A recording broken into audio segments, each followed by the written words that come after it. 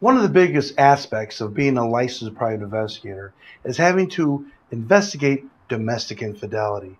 Domestic infidelity today is a growing rate. Around 62% of all marriages are expected to end up in divorce. Now, there's no rhyme or reason with domestic infidelity or what is the causation of why people cheat.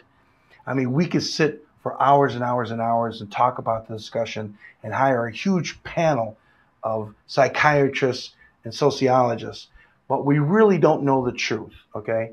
It just happens in our society. As a private investigator, I have to remain impartial when it comes to taking on a case involving domestic infidelity. It's a very trying and traumatic time in a client's life. I like to sit down with them one-on-one and discuss the parameters, discuss the resolution, and discuss the validity of the truth that I want to get to them. So in this segment, we're going to talk about domestic infidelity, what to expect, what to look for. Not to say you want to be an armchair detective and do it yourself. Always have a licensed professional provide that service. But more like, I want you to understand what it could be if it's happening. This is about if your spouse is a louse.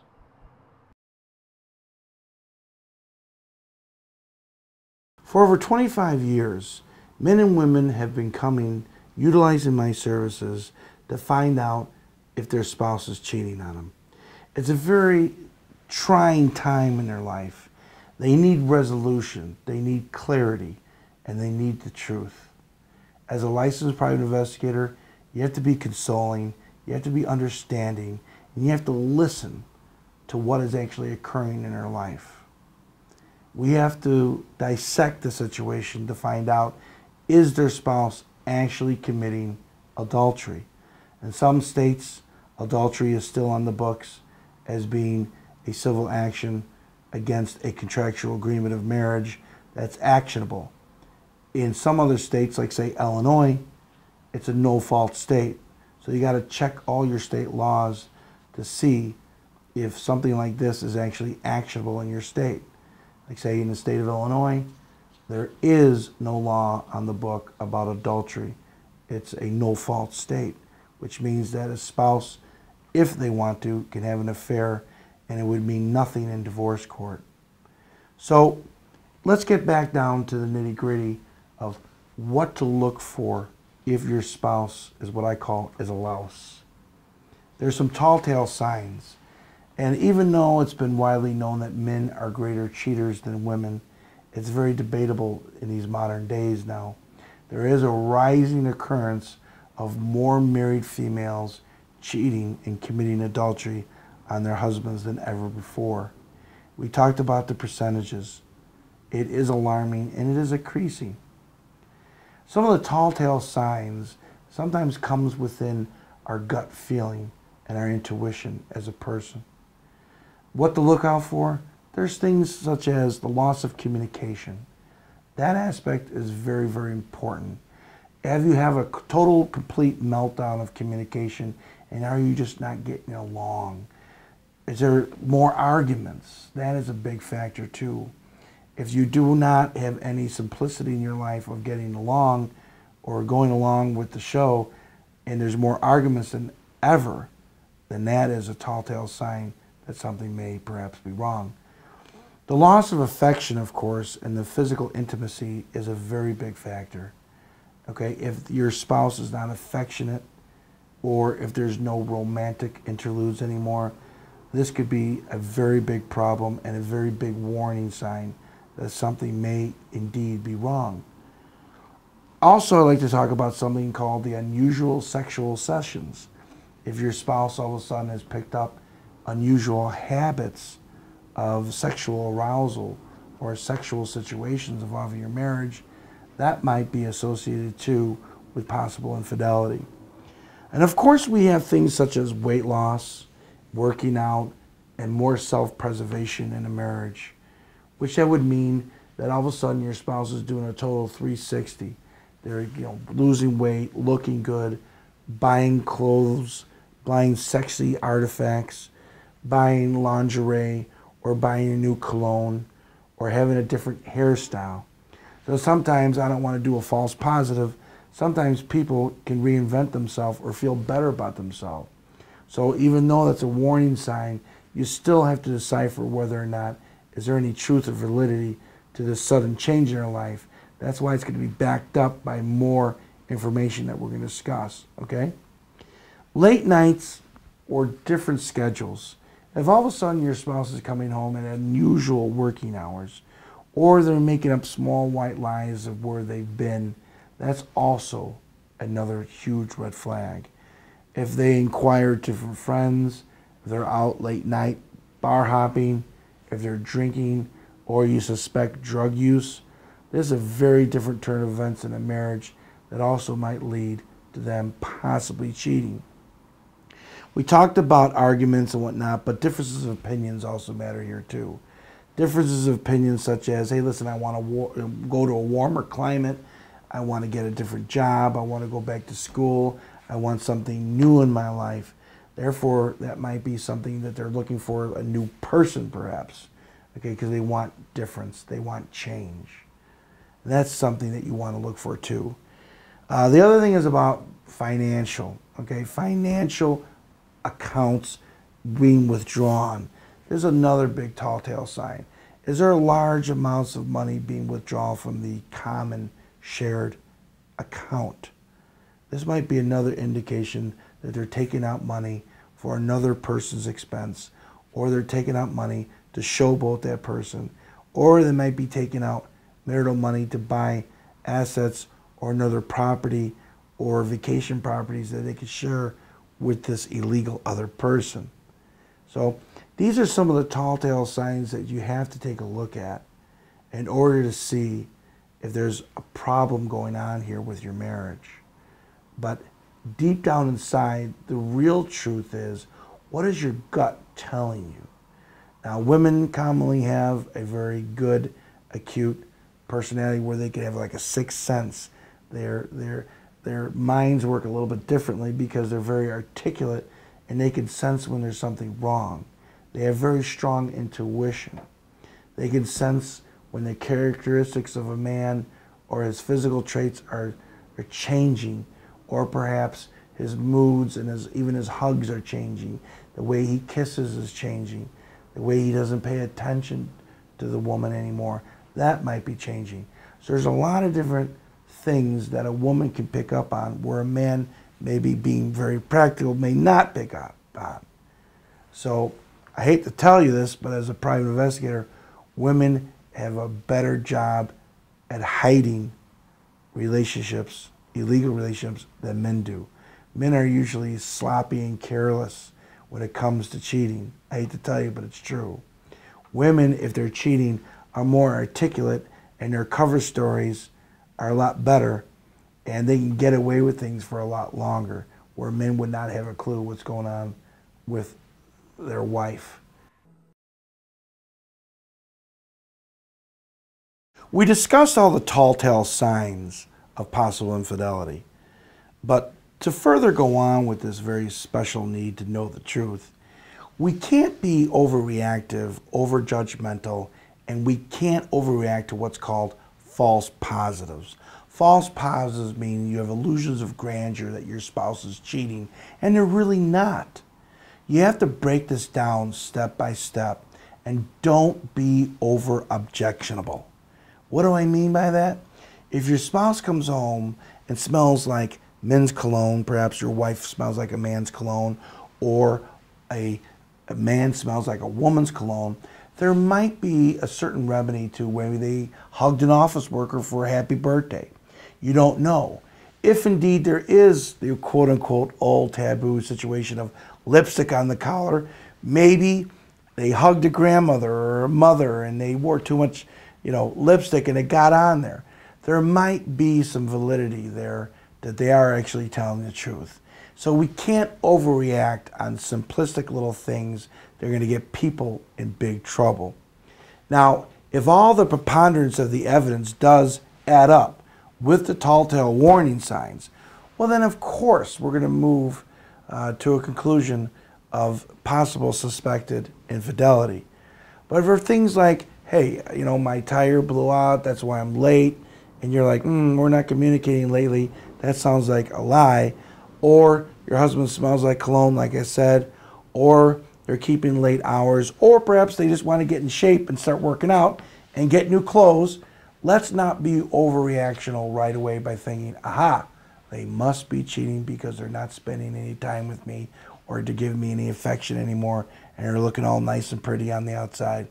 It may just be simple self-preservation that they want change in their life, not necessarily, seeing someone else romantically. Or a lot of times, people with the advent of the internet, with Facebook, social media, a lot of people are committing what they call emotional cheating, meaning they're chatting and they're talking online to old flames, old high school chums, people from the past, and they're venting about how they feel so entrapped and miserable in their marriage. A lot of times, women and men might consider it to be emotional cheating. Not physical cheating, but emotional cheating. A lot of men and women say, hey, that's almost just as bad, because they're venting all their personal private secrets to another person. So we call it severe water cooler talk. But having said that, you have to be judgmental in your mind by saying, I caught him emotionally cheating online, or I put a certain software on the computer, a spy catching software in the computer that caught him chatting, that caught him venting about their marriage.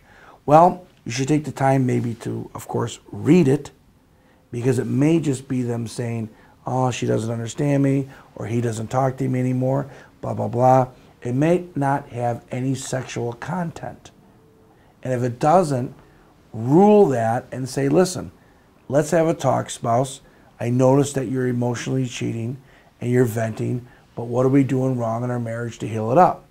Now, of course, if you put a software on the computer and catch them, or perhaps a cell phone chat software on their cell phone, they can get all their text messages, and they're doing things like sexing, or they're talking deliberately about perverse sexual behavior amongst each other, well, then I would think that that's just a little bit more than emotional cheating.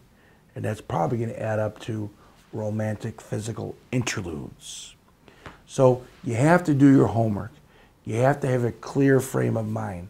Again, don't have false positives, meaning jump the gun and say, aha, you're cheating, you're cheating, you're cheating. Because sometimes a spouse could say to their other spouse, hey, you're cheating, cheating, cheating, and they're really not, but you drive them to actually doing it. And I've seen that many times, where a spouse might say, hey, I'm guilty anyway by association, I might as well do it. That happens because they feel as though they're being emotionally and mentally abused.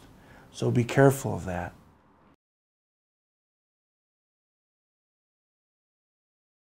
We can psychoanalyze all day long and all year long why men and women cheat. Okay, we're all hedonists. We seek pleasure and we avoid pain. We can go to over 200 different sessions right now at the greatest psychologist's office and pay $100 an hour, and after, when it's all done, still come out scratching our heads saying, why me? Why did it happen? Why did he cheat? Why did she cheat? I gave them everything. Why did they break the contractual agreement of love? Well, in a nutshell, I want to express my personal feelings, okay, based upon my empirical belief of why men and women cheat. That's women will sometimes not have the proper attention. They'll become perhaps middle-aged, and they'll do their duties of a mother and a working mother, and they just don't feel appreciated anymore. They're not complimented, or something physiologically might change in their system, their actual physical body, where they need the accompaniment of perhaps a man their age or a younger man to compliment them more and to make them feel better of themselves. Or perhaps they're getting older and they want to stop Father Time's clock, okay, and they want some resolution in their life, and self-preservation will kick in saying, hey, what's in this for me? I've been changing diapers and raising children and paying bills and cleaning the house and organizing the family for many, many, many years, and I'm not getting any pats on the back. I'm not getting anywhere. So therefore, I want something different in my life.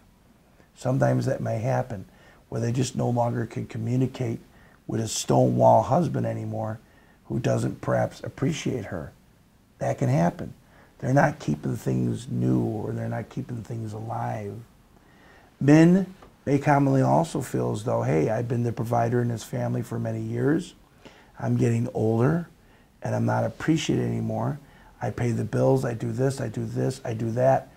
And all of a sudden they look for the company perhaps of another woman or a younger woman to make them feel alive and appreciative. And that's, again, self-preservation sometimes kicks in, where someone might say, hey, what's in this life for me? Self-preservation meaning, hey, I'm a hedonist. I like to seek pleasure and avoid pain.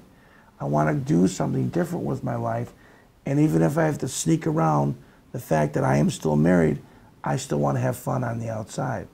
So they feel self-justified in doing this. They feel self-justified, perhaps. A man might say, hey, I provided everything for my family. Now it's time for me to have some fun on the outside. Or a woman might say the same thing. You know, I want to go out, I want to lose weight, I want to put a different outfit on, I want to feel attractive again, I want to start over again. So again, we could psychoanalyze and look theoretically for many different fundamental reasons of why both men and women cheat. So will we ever fully know true behavioral patterns of Homo sapiens? Not really. It's all in the cards, folks. You got to pay attention to the bouncing ball. What's happening in your marriage? Okay? Are you keeping it fresh? Are you keeping it alive? Do you have communication? Do you have romantic interludes? Okay? Do you have affection towards one another and common interests anymore? If a lot of these are lacking in a marriage, this could be the start for the causation of possible infidelity. It can happen. But if it does happen, you need to know the truth, and you need to know the truth now. Hiring a professional private investigator makes a lot of sense. There's a lot of ways also you could buy, let's say, physical security products or spy products to find out if your spouse is a louse too. There are ways to go about that. Perhaps a mobile GPS tracking device. If you legally own the car as marital property, you can put a tracking device on your spouse's car to see where they're going throughout the day or evening, or if they're being truthful to you, if they're at a friend's house or they're shopping, are they really at these destinations and maybe not at the Six Motel? You don't know. So putting on a tracking device could give some clarity. There's also some things that you could check undergarments with for semen detection, perhaps. Okay, these little kits can be available at my store at spysource.net. Go online, spysource.net, and check out these different marital infidelity products that might give you some clarification, remedy, and resolution in your marriage.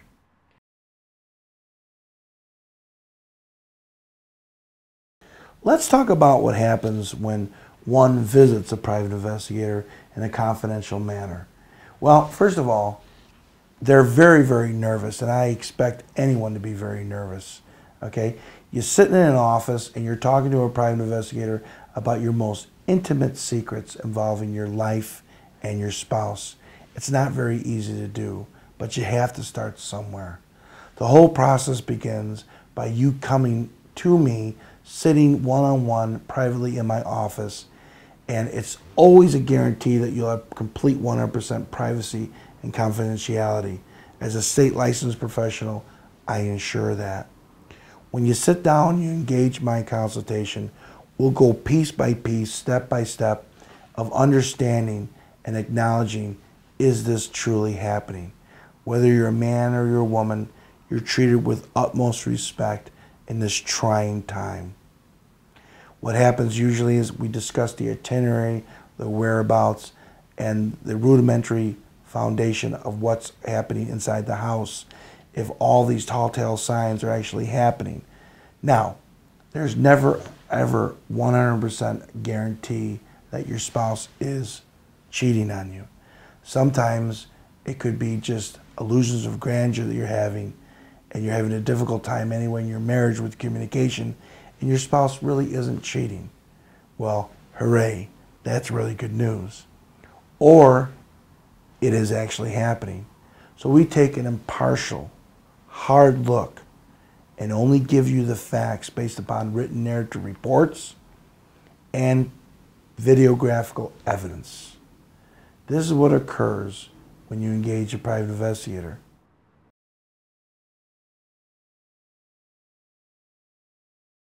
So perhaps at the conclusion of the investigation, we do indeed find out that your spouse is committing adultery. What are some of the steps that you should take? Well, it's a very hard decision, and usually you should go to a family member or a religious person that your congregation with, or perhaps you have religious beliefs with, and sit down one-on-one and vent to this person and tell them what's going on and get some emotional feedback that will help you in your time of need here.